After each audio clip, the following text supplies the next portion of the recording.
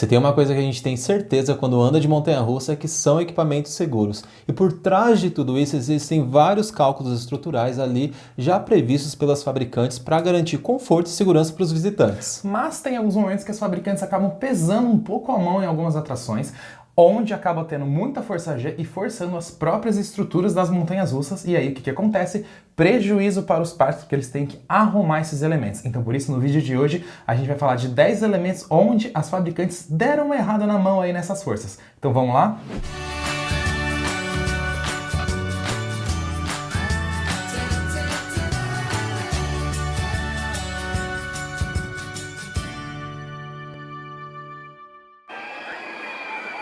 E eu sou o Fagner. Eu sou o Alisson. E esse é o canal RapFun, o canal que fala tudo sobre parques, de diversões, aquáticos, atrações, tudo que envolve esse universo. Então antes de vocês verem esse vídeo de curiosidades sobre parques e montanhas russas, já se inscreve aqui no nosso canal para dar aquela força pra gente, tá bom? E a gente começa o vídeo falando que apesar das montanhas russas que estão listadas aqui perderem alguns elementos, são elementos ali que fizeram história, né? Mesmo dando errado de certa forma. Exatamente. E na verdade, assim, são elementos que às vezes nem chegaram a inaugurar com a montanha russa. Eles tiveram que ser retirados antes, porque durante os testes os fabricantes e os parques notaram que alguma coisa não estava muito certa por ali.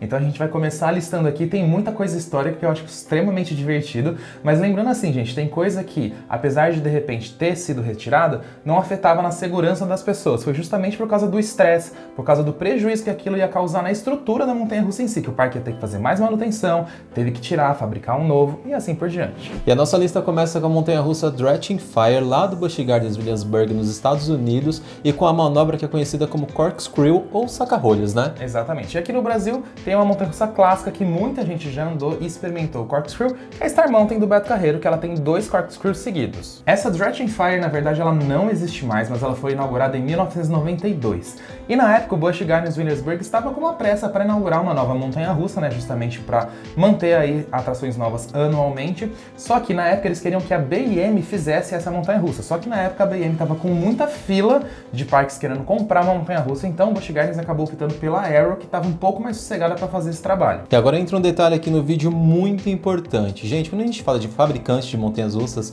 a gente está dizendo aí de cada equipamento que tem suas características próprias. Algumas qualidades aí se exaltam, né? E outras fabricantes também se destacam aí por alguns erros ou algum desconforto. É como se fossem modelos de carros, digamos assim, né? Isso, então essa era totalmente brava, totalmente bruta. Eles tentaram fazer ali um tipo de montanha-russa que fosse confortável, mas obviamente não chegou nem perto da B&M. E aí, assim, ela era tão bruta que o parque pedia para que os visitantes tirassem os brincos ou qualquer coisa pontiaguda, porque ela batia tanto que os brincos ou os acessórios podiam machucar as pessoas que estivessem andando nela. E aí que a gente entra no ponto aí dessa montanha-russa que eu acho que era dos mais desconfortáveis, segundo os relatos aí, né? A Arrow tentou fazer a manobra ali, Corkscrew, só que ela tentou fazer da maneira que as fabricantes mais modernas estavam fazendo naquela época, quando a empresa ali não tinha ainda tecnologia para fazer decentemente. Exatamente, era um novo tipo de Corkscrew, né? Um pouquinho diferente, então acabou dando errado. E aí o que teve que ser feito? Então em 1994, apenas 2 anos da sua inauguração, o Busch Gardens retirou com a Arrow esse elemento da montanha-russa, colocando uma seção de trilho reto. Isso melhorou bastante a experiência na montanha-russa, mas ela acabou fechando em 1998, 6 anos após sua inauguração. Então assim, apesar de ter retirado uma coisa, não resolveu muito a situação dela, né? E aí que entra aquele detalhe bem importante também, o prejuízo. Você já imagina, para fazer essa modificação, o prejuízo que teve e depois ainda acabar arrancando tudo, né? É, porque se é uma atração que não é popular e todo mundo só reclama, pra que manter, né? E em número 9 da nossa lista tá a montanha-russa Dodonpa, que fica lá no Parque Fuji-Q, no Japão. E esse elemento que foi modificado nessa montanha-russa foi o elemento conhecido como Top Hat. Isso, a gente encontra, por exemplo, na King da Ka, na Top Thrill Dragster, na Velocicoaster. É um elemento que se popularizou bastante nos últimos anos. E aí o fato é que essa é uma das únicas montanhas-russas de lançamento de ar comprimido desse estilo, na verdade, que a SS, que é uma fabricante mundial de montanhas-russas, tem ainda na atualidade. Bom, então atualmente faz 2 anos que essa montanha-russa se encontra fechada, e aí que vem a coisa grave também, né? Porque, segundo relatos, alguns visitantes acabaram sofrendo fraturas quando andavam ali naquela manobra. Isso, e por isso que ela foi fechada, ela atingia cerca de 0 a 180 km por hora, então assim, é uma velocidade em apenas 1,5 segundo. Então você imagina a força dessa montanha-russa. Absurda, meu Deus do céu. E aí esse top hatch dela era muito famoso justamente por isso. Imagina você chegar nessa velocidade, fazer esse top hatch, que é essa sensação de airtime também, como se você estivesse sendo ejetado e aquele frio na barriga extremo. E a estrutura dessa montanha-russa ela acabava sofrendo muito estresse por conta de toda essa força aí que acabava sendo sendo gerada por conta da velocidade ali do lançamento dela, né? Até que o parque resolveu então colocar uma seção de freios para ver se esse problema diminuía, mas mesmo assim não adiantou. Exato, eles colocaram a seção de freios bem no top hatch, por quê? Fazendo isso, reduz a velocidade do trem, tenta reduzir o estresse e ainda tenta manter o recorde de velocidade dela. Mas isso não funcionou e um tempo depois o parque retirou esse top hatch e acabou colocando um looping gigantesco no seu lugar. Bom, os fãs aí de adrenalina, os entusiastas de parques acabaram sofrendo um pouco aí com a retirada dessa manobra, que gostavam da montanha-russa como era da maneira original, né? Muito radical e até de certa forma extrema, perigosa, né? Mas também foi interessante essa mudança que eles fizeram por um looping, mas uma pena que a montanha-russa ainda tá fechada, né? Eu espero conhecer um dia, pelo menos. Ela chegou a reabrir, se eu não estou enganado, mas ela operou por pouco tempo justamente por causa dessas coisas das pessoas que tiveram os ossos fraturados e aí depois ficou nessa. Mas assim, a gente não sabe se era de repente algum causador, por exemplo, que a pessoa já tinha alguma predisposição a ter os ossos já um pouco fracos, ou se era alguma coisa da montanha-russa em si, tá passando por investigação lá no Japão. Então vamos aguardar para ver o que vem aí. Em 8º lugar na nossa lista tá a montanha-russa Balderdash do Parque Lake Compounce lá nos Estados Unidos. E essa é uma montanha-russa de madeira que atravessava e passava por uma floresta e atingia 96 km por hora. Ela foi inaugurada nos anos 2000 e ela ficou conhecida por ser extremamente radical, colocando esse parque aí no mapa de quem gostava desse tipo de atração. E todo mundo dizia que a experiência que você tinha nessa montanha-russa tornava esse equipamento aí um dos melhores do mundo. E ela operou por cerca de 16 anos, que é bastante tempo, mas acabou ficando desconfortável por conta do estresse aí da idade toda que ela carregou, né? Exatamente. 16 anos, gente, para uma montanha-russa de madeira, se você não faz o retracking, ela vai ficando cada vez mais confortável, cada vez mais, assim, impossível de andar nela. E é isso que aconteceu na Balderdash, mas tinha um pedaço dela ali que o povo lembra com mais carinho, vamos dizer assim. Bom, e depois desses 16 anos, tinha um ponto ali da montanha-russa que anteriormente era divertido para os visitantes, onde tinham 3 colinas ali, que dava aquela sensação boa de airtime quando você é ejetado. Só que com o passar do tempo, esse trecho ficou muito bruto, essa palavra, bruto mesmo, e acabava sendo uma experiência péssima para os visitantes. E aí o parque resolveu fazer uma mudança nessa parte da montanha-russa e retirou uma das colinas e deixou somente 2 para continuar ali com aquele efeito do airtime, que resolveu ali por um tempo, né? Isso aconteceu, na verdade, em 2017.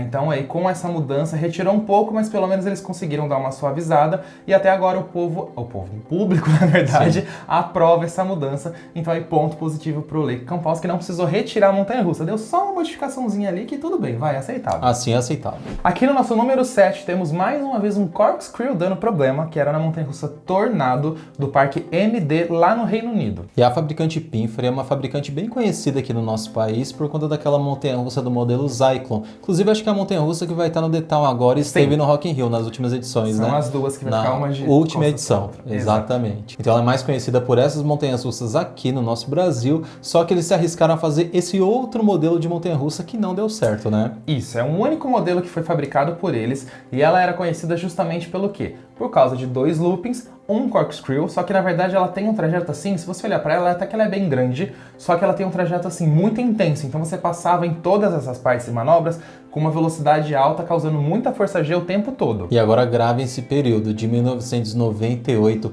até o ano de 2006, as pessoas que iam nessa montanha-russa não aguentavam, acho que, dar mais de uma volta nela, né? Não. Porque era sempre uma experiência muito desconfortável. E principalmente nesse corkscrew, gente, vocês vão ver nas imagens que a gente tá colocando aí na tela, o trem passa rasgando naquele corkscrew, e é um corkscrew meio apertado, meio tipo, né, ela passa rápido e é uma montanha-russa meio compacta, então você imagina a força G que passa naquele negócio. Só de assistir já dá pra perceber, Nossa, né? eu já sinto a dor assim só de olhar essa montanha-russa.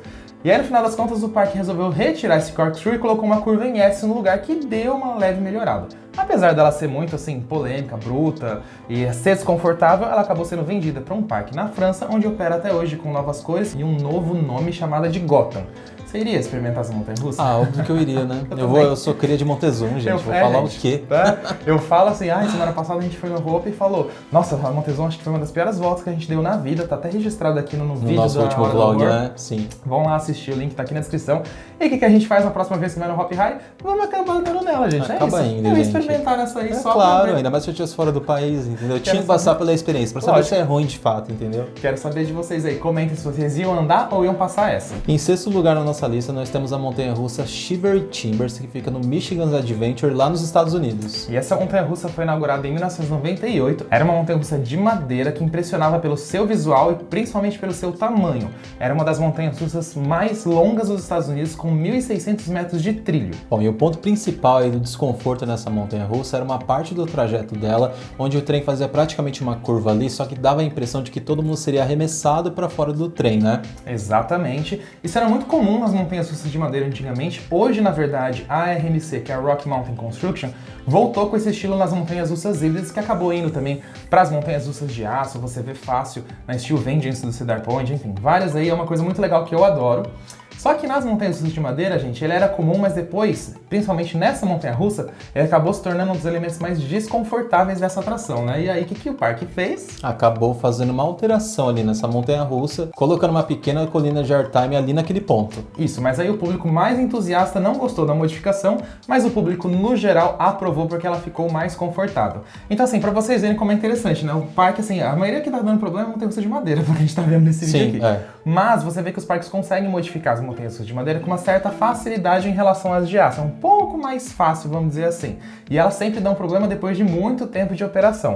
Mas é legal ver como os parques aí querem conseguir manter essas montanhas-russas apesar do desconforto, até porque também são investimentos bem altos. Eu acho que nunca compensa você tirar, né? Acho que só em último caso mesmo, você destruir uma montanha-russa, por exemplo, ou fazer a troca do equipamento, tentar vender, que é difícil também, né? Nessas ocasiões onde o equipamento ali apresenta um certo desconforto, certo defeito, digamos assim. Certo defeito. Como foi o caso da Dratching Fire do Busch Gardens, que no final eles retiraram tudo depois.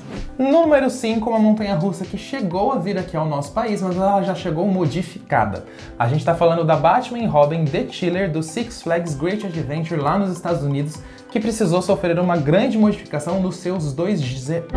Isso aqui é um trava-língua, peraí. Nos dois Zero G Rolls. Pra gente falar dessa montanha-russa, a gente tá falando praticamente de uma lenda. Muita gente achava o layout dela feio, eu achava o layout dela muito bonito. Eu gostava. Imponente. Eu achei que a ativação que fizeram nela ali dos personagens, que um lado dela representava o Batman, e outro lado representava o Robin, né? E eram duas montanhas-russas no mesmo... layout. Eu ia falar no mesmo trilho, não tem como. No mesmo layout ali, elas eram juntas praticamente, mas ao mesmo tempo eram separadas. Isso, era como se fossem duas montanhas-russas únicas, que iam uma do lado da outra, e ela batalhava ali pelo meio do trajeto. Então a ideia é que elas sempre funcionassem juntas, justamente para ficar fazendo essa brincadeira do Batman e do Robin. Mas ela funcionou de 1997 até 2007. Bom, e essa foi uma montanha-russa, gente, muito problemática para o Six Flags. Quais que eram os problemas? Ela foi fabricada pela Premier Rides, primeiro que os lançamentos dela eram muito complexos, era uma das primeiras desses lançamentos magnéticos através de ímãs. Então se gastava muita energia, dava muito problema e as duas nunca conseguiam praticamente operar juntas, né? Foi bem ali no começo só. E ainda tinha um problema também que às vezes elas acabavam ficando presas ali antes do Zero G Roll, né? Acabavam ficando presas ali, então dava um problemão do parque para fazer o resgate ali dos visitantes, por exemplo, né? Até voltar o trem para a estação também, nossa, todas essas coisas. Isso é um procedimento muito trabalhoso. E ela passava muito rapidamente por esses dois Zero G Rolls. Era uma velocidade assim extrema, com muita força G, causando um certo desconforto nos visitantes.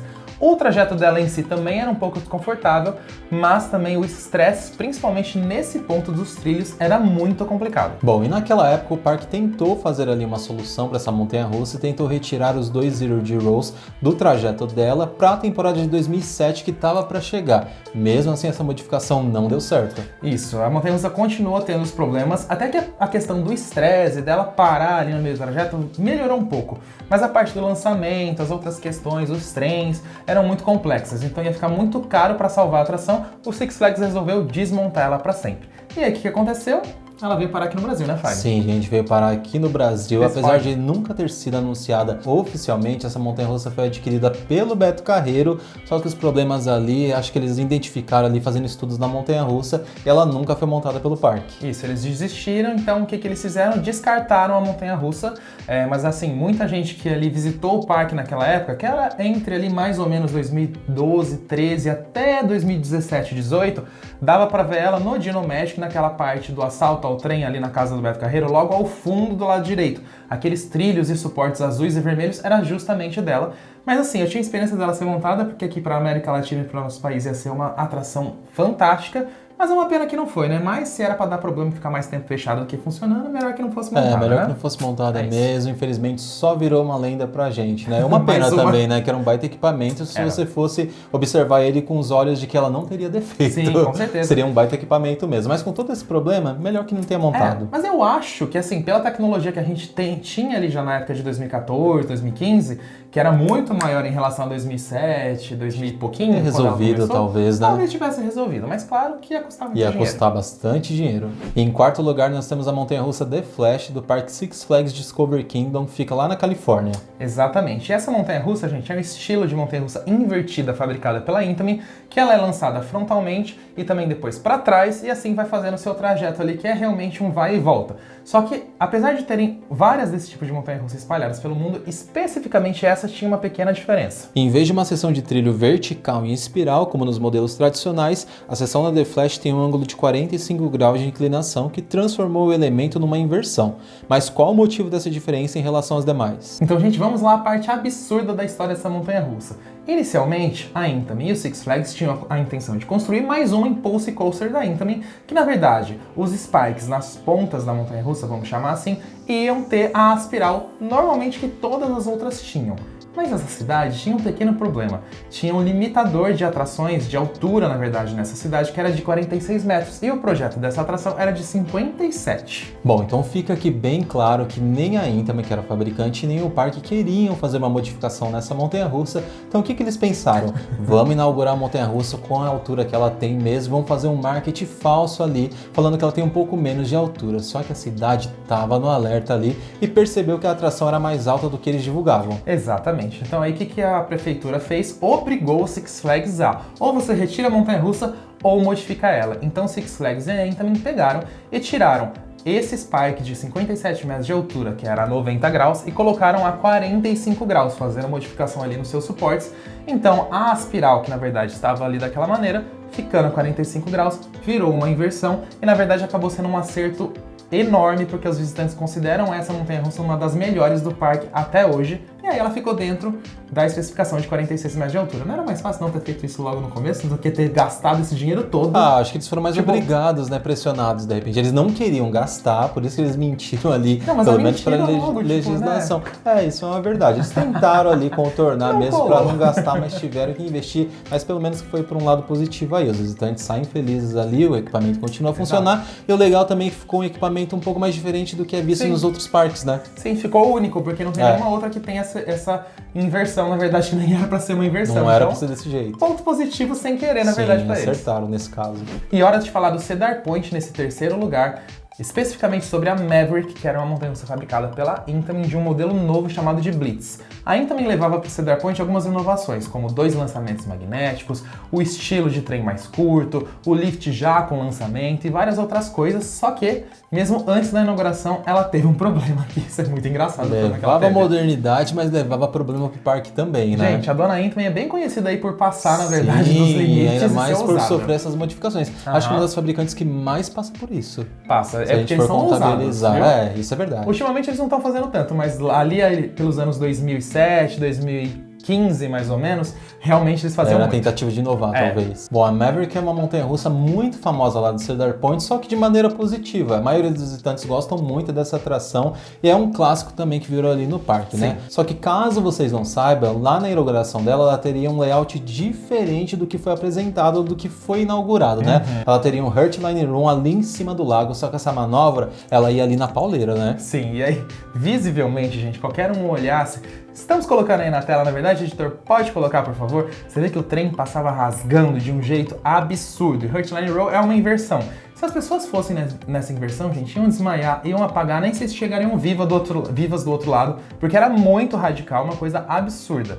A Maverick, gente, ela é considerada intensa. A gente andou nela em 2019, quando a gente foi pro Cedar Point. É maravilhosa, mas ela realmente é muito forte. Então, visivelmente, essa manobra da montanha-russa era muito forte e o parque decidiu por retirar ela de vez. Isso, e aí também não era só o problema dos visitantes desmaiarem, né? Mas o estresse no trilho que ia causar aquilo ali, logo depois eles iam ter que arrumar. A manutenção ia acabar sendo cara também. Tanto que, na na verdade isso virou até piada, porque quando a Universal começou a construir a Velocicoaster e tinha um Heartline Row em cima do lago, numa altura muito baixa, todo mundo começou a zoar. Será que vai ser a Maverick 2.0 na Universal? Será que vai dar problema? Não foi, graças a Deus. Ela é uma obra de arte, uma perfeita. rainha, você põe a coroa em cima dela. Exatamente. Sim. E inclusive, esses dias não, acho que foi ano passado, acharam esse pedaço do Heartline Row perdido por aí num mato, sei lá onde, lá perto ou um pouco longe do Cedar Point. Tá lá jogada aquela inversão no meio do nada. Jamais eu jogaria. Eu colocaria num parque aquilo. mesmo, vou deixar de enfeite. É uma obra de arte, ia ser Sim. muito legal. E em segundo lugar na nossa lista está a montanha-russa Blazing Fury do Dollywood, lá nos Estados Unidos.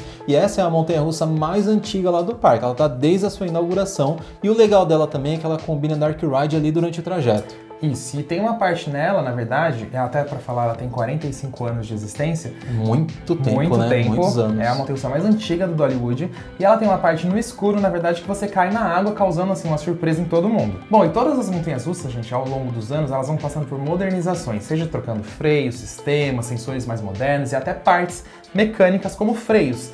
Então o Dollywood teve que trocar uma seção de freios que ficava bem próximo dessa parte aquática, na verdade, dela. Então, como os freios passaram a ser magnéticos em contato com a água ou vice-versa, causava ali um problema. Então eles tiveram que retirar essa parte da água, que era uma das partes mais icônicas, né? Tá vendo? Não era nem por desconforto, agora foi realmente por funcionamento. Uma pena. Por questão de segurança até, né? Se você for pensar bem, que eu acho que devia ser muito divertido, porque é algo assim, diferente do que a gente vê nas montanhas-russas, pelo menos nas montanhas-russas antigas, né? Hoje em dia é mais fácil de você encontrar aí uma montanha-russa que combina elementos de Dark Ride com a própria montanha-russa. Isso, e água também, né? Que esse Sim. foi o caso dessa. Sim. Mas, assim, mesmo tirando isso, ela continua sendo uma das montanhas-russas mais famosas e populares do Dollywood.